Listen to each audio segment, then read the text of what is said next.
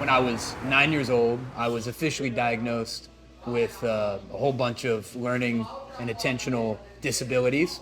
After that diagnosis, my mom and I came here to this restaurant to go over the report that came from the school psychologist. And it was filled with negative words about her son.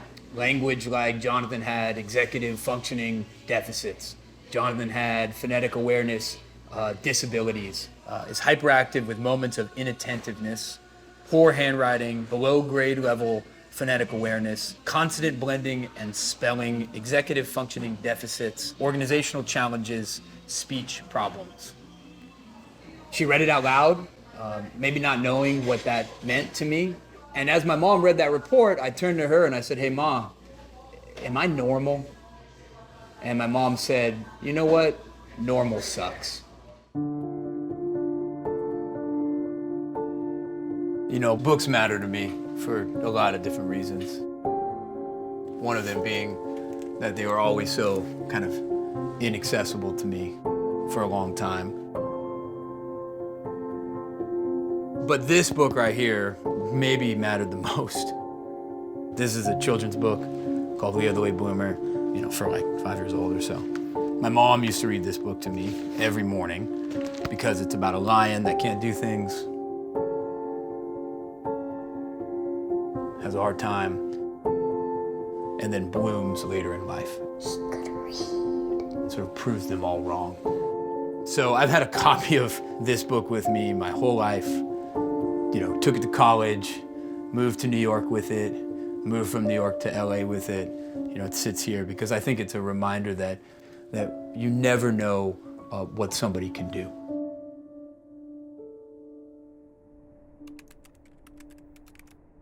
It's gonna all come out with missing words and who instead of how, and you know, the wrong there, and it's just gonna be a mess. And so what that means for me is I gotta get a lot of help, you know, and that's all good. You know, my journey of change and healing, because that's what it was. I mean, I had a plan for suicide when I was 12, in large part because of messages I got about myself being less than and deficient because I didn't fit that middle of the bell curve. So as I started to think about what constitutes healing, you know, it was important to understand that, you know, the processes, the ideas, the language that was used to sort of constrain my sense of self and damage my sense of self came from somewhere.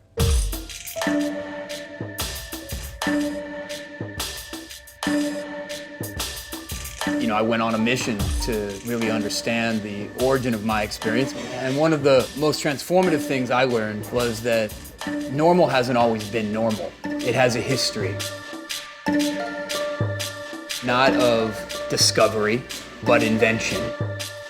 The word normal did not enter the English language until the 1860s. It was used historically first only within the academic discipline of geometry. It meant to be at a right angle, which is interesting because to be at a right angle implies that that's something that is good and right and true.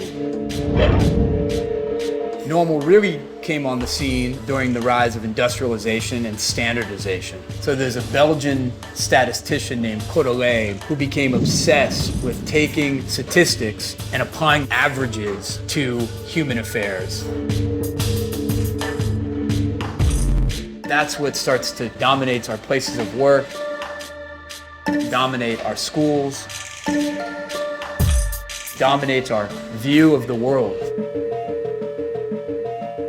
Normal is a suburban, white, straight, able-bodied dude with 2.5 children. And that 2.5 gives you the insight into how that is a statistical abstraction that cannot exist in the world. Look at David, how straight he stands, with his glossy hair, his good color, his broad chest, beautiful feet with small ankle bones and fine arches. Kids who end up on the wrong side of normal in school. The case of Bob. He's a disturbing element, frequently clowning and talking out of turn. They find themselves with something called an individualized education plan.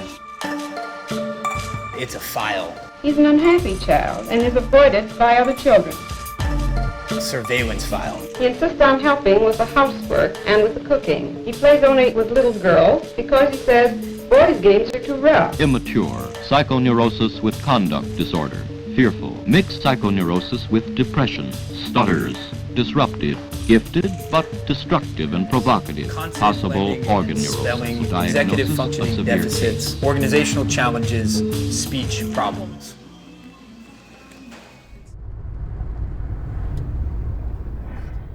What am I doing? Taking a right, I imagine? Lincoln, yeah.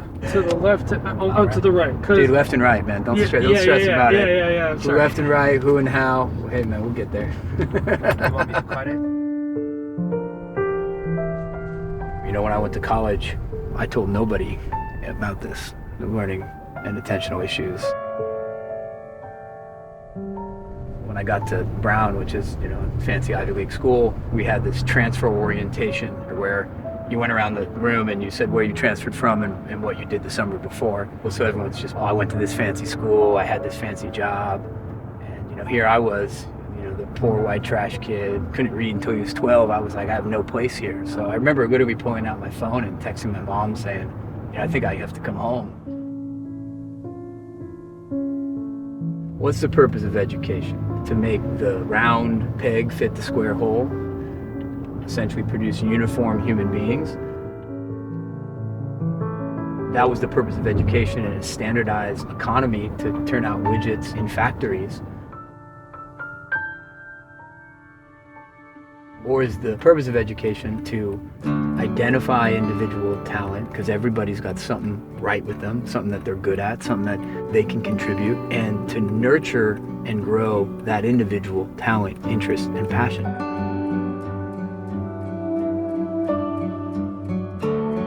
When I was a kid, I'd look around the room and I would find the words on posters or signs and only write sentences with those words so I didn't make a mistake. And that led to this dumb it down cycle. I'd never got my ideas on the page. Educators thought that I didn't have ideas to get on the page, and then I started acting like I didn't have any ideas to contribute.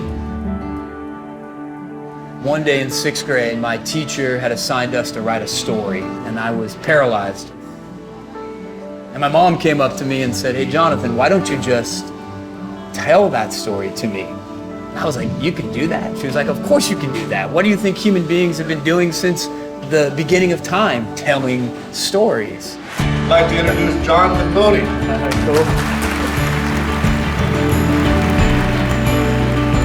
Good morning. Well, good afternoon. How y'all doing? I didn't learn to read until I was 12 years old. He wrote his first book before graduating from I college. told I was the bad kid for one simple reason, and that's because I couldn't sit still. But most importantly, he's known for giving voice to those who have been silenced. I have something called dyslexia. Anybody ever heard of dyslexia?